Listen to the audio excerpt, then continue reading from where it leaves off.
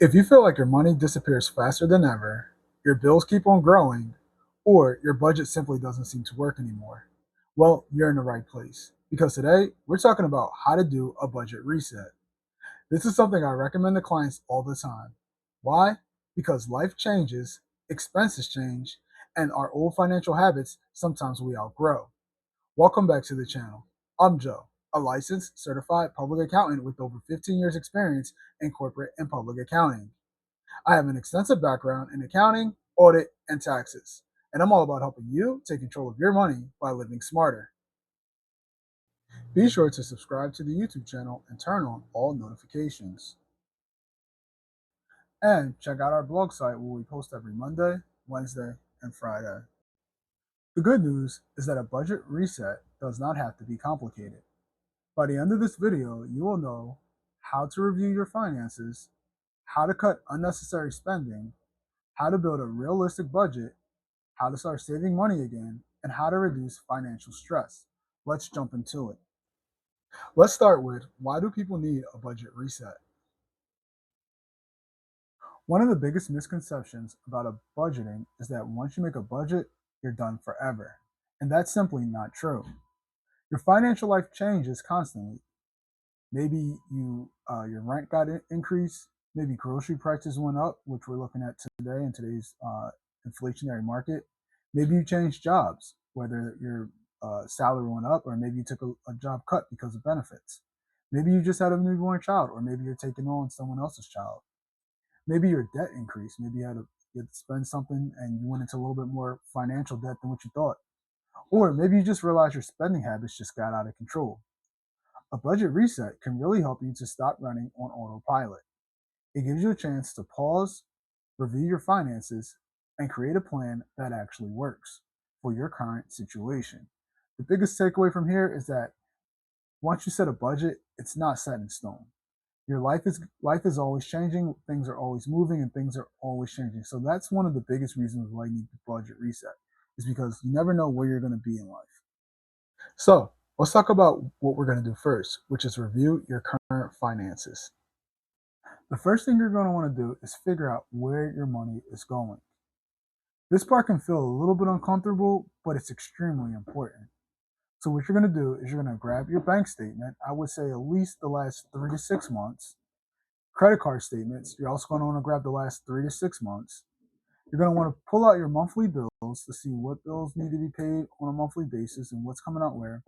You're going to want to look at any loan balances that you have, what are your current balances, and you're going to want to check your last 6 months of pay stubs. Now, if you have a salary and you know your pay is about the same every month, you may not need your pay stubs. But if you're hourly or if you're a gig worker, freelancer, you're definitely going to want to look at the last 6 months of your income to see where you're at. Next, we're going to want to do some calculations. We're going to want to calculate our monthly income after taxes. So how much are we bringing in after taxes? So that's why we're going to need those pay stubs. You can sort of figure that out if you have a salary and your pay is pretty much the same every 2 weeks or however you're paid. But if you're an hourly worker, if you're a gig worker, or if you have a seasonal job where depending on when you're able to go in, we're going to want to look at that. Next, we're going to look at those fixed expenses. And these expenses are those things that pretty much won't change from month to month. So think of things like your rent. If you have a car payment, your car payment. We're going to look at sometimes some people's utilities can be fixed. Your internet bill, maybe your cell phone bill. Those could sometimes be fixed or they could be variable. It just depends on how it's set up. So we're going to want to look at those fixed expenses. Those are the expenses that don't change from month to month. Next, we're going to look at our debt payments. So what do our debt payments look like? This is going to be any type of loans that we have, any credit cards that we may have outstanding. What is our minimum payment that we're looking at? How much are those minimum payments every month? And then we're going to want to look at our average spending habits. So we're going to take all of that, and we're also going to add in there those variables. So how often are we eating out? How often are we doing that guilt shopping on Amazon? If you have a Candy Crush addiction, maybe we're going to want to look at that, and we're going to average that spending out to see how much are we spending each month and then compare it to our income. And you're going to notice a pattern immediately. You're going to see where maybe you eat out a little too much. Maybe that coffee, it may seem inexpensive on the days you get it, but maybe it's a little bit more expensive than what you thought it was. Maybe your grocery bill is a lot higher than what you thought, or maybe your light bill is higher than what you thought. So you're going to notice that pattern. And a lot of people are shocked when they realize how much they're actually spending on delivery, subscriptions, or impulsive shopping. In the same step where we're reviewing our finances, we're really going to start to understand our needs versus our wants. And remember, this is awareness is the first step toward improvement. So, what are our needs? Our needs are our housing. These are things that we have to have in order to live.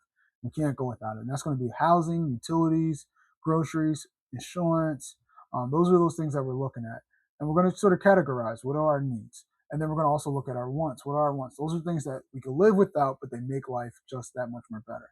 And these are going to be things such as streaming services, dining out, shopping, entertainment, those gym memberships, for us trying to get fit and all that good stuff. So we're going to want to really look at while we're reviewing our finances and we're coming up with our monthly average spending habits and looking at our fixed versus our variable incomes. We're going to also look at our needs versus our wants. Are our needs outweighing our wants when we spend? Or are we on the opposite side where we probably could save a whole lot of money, which is where our wants are outspending on our needs? And remember, awareness is the first step towards improvement. Now that we reviewed our financials, now we're going to start looking at where we can cut are those leaks that are coming out. Now let's talk about financial leaks. These are those small, recurring expenses that slowly drain your income. Some examples include streaming services that you may barely use, daily coffee purchases, frequent takeout meals. I know this is a big one when it comes to lunch when you're working in office. Online shopping habits, that impulse to want to buy, especially with Amazon Prime Day coming up pretty soon. Those banking fees and those subscription apps. The goal is not to eliminate all fun spending. The goal is to intentionally spend decisions. Even saving an extra $100 or $200 a month can completely change your financial situation over time. Now, let's build a realistic budget.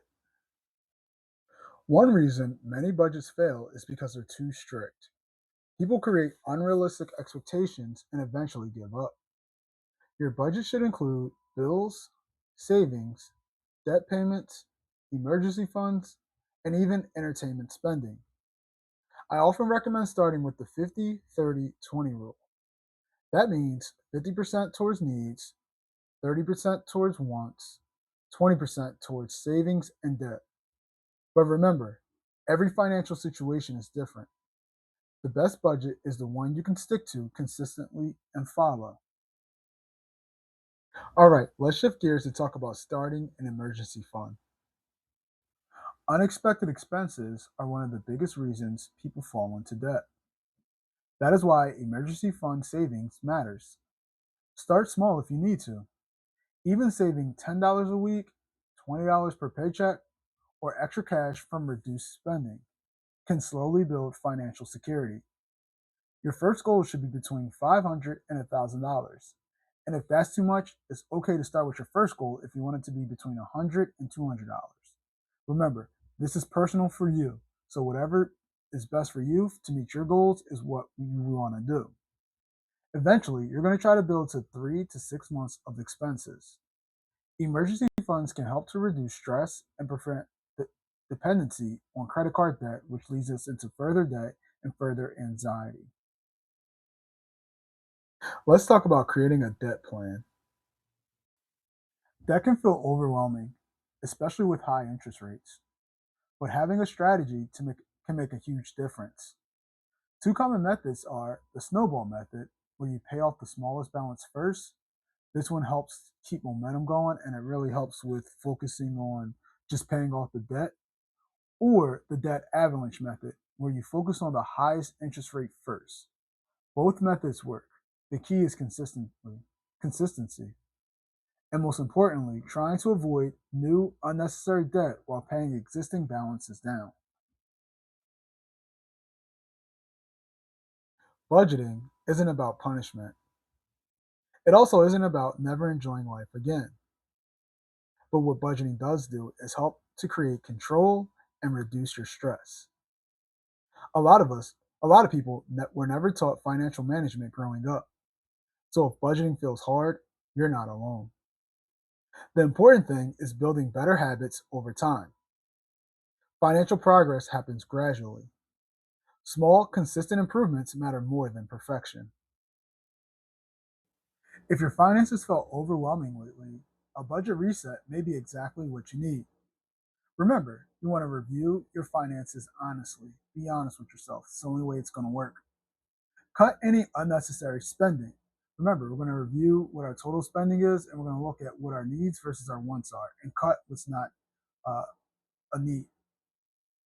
Build a realistic plan. We don't want to start off on something that won't get us to where we need to go because we're going to end up quitting. Remember, we want to be consistent. Start saving slowly. Remember, financial progress happens with small, consistent moves. And be consistent. Your budget should support your life, not control it. If you enjoy financial education made simple, be sure to like this video, subscribe, and thanks for watching. And I'll see you next week to show you how to create a travel budget.